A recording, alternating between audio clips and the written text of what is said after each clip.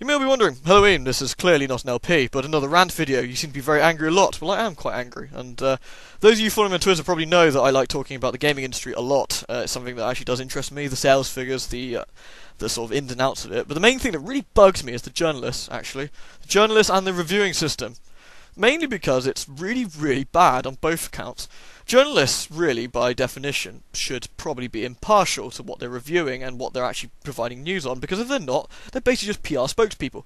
Now, unfortunately, that's what they are. They are basically PR spokespeople, because the journalists have very close ties to the PR industry and the gaming stuff, which means that when you are looking at a review for the next big game, what you're probably reading is basically a churned up PR speech instead of an actual review. Now, I'm using this as an example. The Game Informer review of Dead Space 3 gave it 98. Now, I'm sorry, that's garbage. 98 out of 100. Okay, the scoring system is a problem altogether, right? I wouldn't give near 98 out of 100, and I love the damn game. I think it's fantastic. Like, what were you thinking? Like, it's ridiculous. We had this massive thing come out recently called, what is now known as Doritos Gate, where essentially we have a journalist sitting with Halo along with some Doritos and some Mountain Dew, proving once and for all that he has been, pretty much bought out completely. He is there just as a PR mouthpiece, not to do anything useful now, but just to really relay any press information they want you to hear.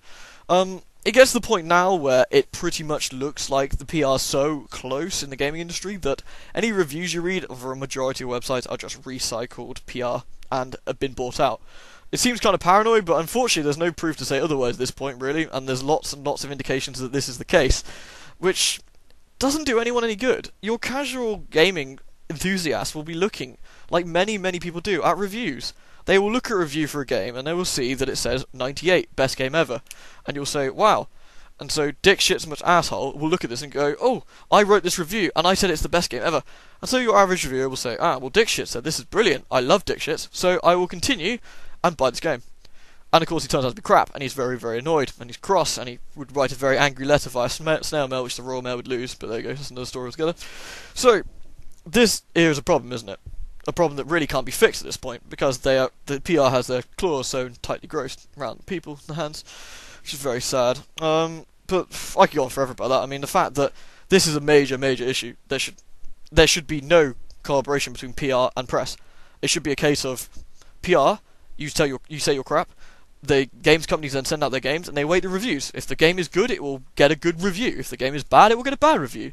If they put effort into the game, then it shows, and it sells. If you don't, then you get what you deserve. You get your bad score. You will learn from your mistake, or you will go under. You shouldn't be releasing crap. Consumers should deserve better. And the word entitled gets thrown around. Oh, people are entitled. They should be buying the latest in the series and keep series going. No, you're not entitled. You vote with your damn wallets. You vote and say, I do not want this crap. I want good games. And you pay for good games. And then we receive more good games and the crap gets left behind. This is how it should work. Unfortunately, at the moment, this is not how it works. And things just get plugged around by various sites that instead of actually reviewing, don't. And they just recycle PR, which is very sad.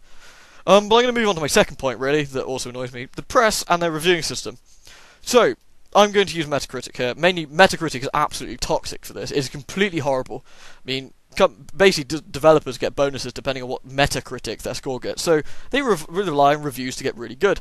Which, of course, encourages companies to maybe suggest thoroughly that if the game doesn't get a good review, perhaps they will not get first dibs in the future. That kind of thing. Anyway, so you've scored a game 7 out of 10. Let's call this one Dead Space, because Dead Space has got a few 7s. Dead Space got a 7 out of 10. Now, what does a 7 out of 10 tell you? Realistically, of course, where 1 is the bottom of the scale, and 5 is the middle of the scale, 10 being the top of the scale, you would say 7 is above average. You would say this is clearly a good to great game.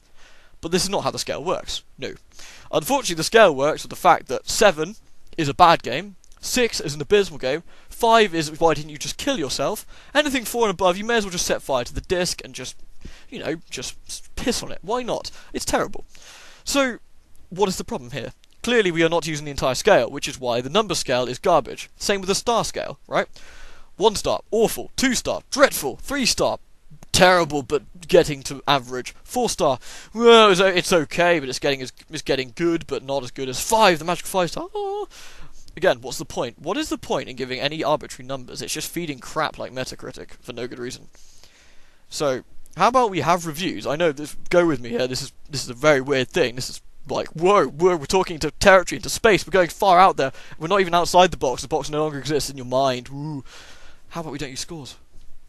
One thing I do dislike greatly on the internet is Kotaku. It's a well-known fact that I thoroughly dislike Kotaku and their hack writers. But there's one thing they do get right, which is their reviews do not have scores. They talk about the game, then they talk about things they like and things they do not like. This is an improvement on a number. A number doesn't tell you anything when the scale is not balanced correctly. It applies for everything, movies as well. Like, people see 3 stars and it's like, well, that's a bad movie. I ain't gonna go see that. Whereas in actual fact, 3 is above average. If we're using a 2.5 being the average there, you have an above average thing. Now, of course, 5 is dead on average. So a game scoring 5 should tell you that this is an average title. You could buy this title and say, it is not a great title, but it is not a terrible title, and I will probably enjoy it somewhat, because it's very average, it's middle of the road, I will get enjoyment out of it, but I should probably not buy it at full price. That tells you everything you need to know. But they don't use that score, and this is why it's getting really silly. If the game gets an 8, that's okay. If the game gets a 9, that's really good, and the game gets 10, game of the year, woo, pass me the money, please, EA. And, yeah, I don't really understand why the system even still exists. I'm looking at 78 Metacritic for Dead Space 3. Now, there's no doubt in my mind at all, while I have a few issues with Dead Space 3, it is an exceptionally polished and fantastic game. And 78, from the very brief bit I've seen, very, very brief bit I've seen, could very well be true. And 78 is an absolutely fantastic score. But no one will look at it as a fantastic score. But, split it up even further. 78 out of 100, 78%. 7.8, whatever you want to look at it. That is a very high end on the scale of, if you use the entire scale, that is right near the end. That's really good. But this is not what's going to happen. Instead, you're going to have the publisher to go, Dead Space Metacritic score of 7.8 or 78 out of 100, that is bad. We are not doing as well as we should have done, we will not do any more. Which is just ridiculous. Nier is a good example. Nier got 6.8, I think, on game trailers. Now, I don't necessarily agree with the score. I think scores are ridiculous anyway, but regardless, the score, it got 6.8, which is telling me, if I just looked at it, that game is definitely above average. That is an above average game, bordering on good to very good. But this is, again, not what happened. People just like, 6.8, that's really low, lol. What? Really? Did you even calculate how many? 68 out of 100 is clearly not low, is it? I mean, low would be 40 or 30, surely. But I digress, I could go on this hours. It's just very, very silly and is absolutely pointless, which is why when I like to do my reviews, I will do a review without a score. I will say, do I think this is worth playing? Yes or no? Yes, I believe that Dead Space 3 is worth playing. Or, no, I don't believe Dead Space is worth playing, because, and the text is what is important. The score does not matter. You're getting blurbs here. Game Informer, 98. Dead Space 3 evolves the winning formula into a title not only benefiting of this fantastic series, but also one of the best games of this generation. Now, a very, very cute blurb there, a very sort of excerpt of this. But what does that really tell you? They're saying it evolves the winning formula into a title not only benefiting of this fantastic series, but one of the best games of the generation. None of that tells you anything you need to know about the game. What has improved? What has not improved? What are the faults? This is why the end of the score and the number doesn't prove anything. But some people look 98 and, oh, it says it's good, I shall buy it. When actually, in actual fact, probably one of the things you should be saying is, Dead Space 3 is a fantastic game, but it has these problems. This does not work. The changes made here were not successful. This is more along the lines, I will not give this a number because you should be reading the damn text. Yeah? I mean, the numbers would be better if the scale worked, like I said, So yeah, that's my rant about the review system. And the next thing, of course, I need to really discuss, especially with the journalists in general, is they really, really have to stop just saying stupid stuff to get hits. Like, I know, the problem is it's all based around it now. Hits get them money, and advertisements from the PR companies that give them the games also give them more money. And it's a big problem. And the other big problem, I might add, the real final point we need to go into here is review embargoes. Review embargoes are probably the worst thing. If you don't know what I'm talking about, basically, review embargo means you are not allowed to release your review telling me what you think of the game until this date. If you break this embargo, we will no longer work with you. So, of course, many of the websites check it out. Instead of just doing the right thing and probably just buying the game themselves and reviewing it, like one of the old magazines called Superplay used to do. So I'll go over this quickly. Superplay was a Super Nintendo magazine based in Bath in the UK by Future Publishing back in the day. They used to do Super Nintendo stuff and manga stuff. They were absolutely fantastic magazines, and sadly their latest iteration got killed off recently, which was a very, very shame. But point being, they pissed off lots of publishers in their time, mainly for the fact that they said exactly what they thought of the damn games, because they were 100% independent. They got sent a game and they said, "This is crap, do not buy it." Or "This is basically," I think I quote actually, "like getting the tips of your fingers cut off and then dipped in salt." One of their top tips for a game was to smash a part, and you will notice that there are various chips of various sizes inside the cart, which you can use to prop up wobbly table legs. Stuff like that, which of course angered many publishers and PRs. And as such, they had to go into Bath and buy their own games, which they had their own budget for. Makes sense. Of course, the websites now will chicken out. They will not break embargo dates. They will not release reviews before their time, which is stupid, right? Aliens has come out today, and from what I can gather, is a very poor game. So, Alien Colonial Marines is a very poor game. It's getting 3s and 4s, which is below average, if we're using the scale, thank you. So, would you have known this, of course, if you'd ordered the game? No, because they waited for the last possible minute for the embargo, so of course everyone who didn't know was just ordered it and would end up probably with a very poor game. A little bit mean on my part, perhaps because I have not played it myself, I'm just using what I've read on the internet, but by all definitions it doesn't need to be very good.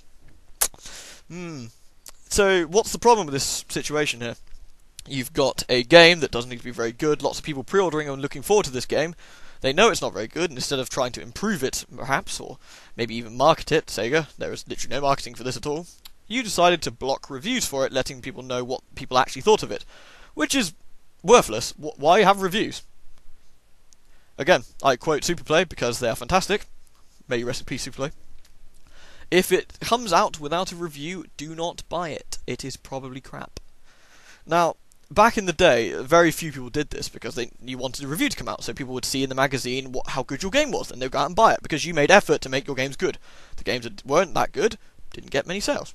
Therefore, only the good games survived, which is how it really should be. You buy good products. You support good products, more good products get made. Simple stuff. So, the only ones who didn't do that was Rockstar, apparently, but that was supposed to be a fairly normal thing for Rockstar. And yeah, and now we've got the point where all the reviews are pretty much coming out either the day of release or perhaps very slightly before, or even slightly afterwards. What the hell good is that? That doesn't do anyone any good.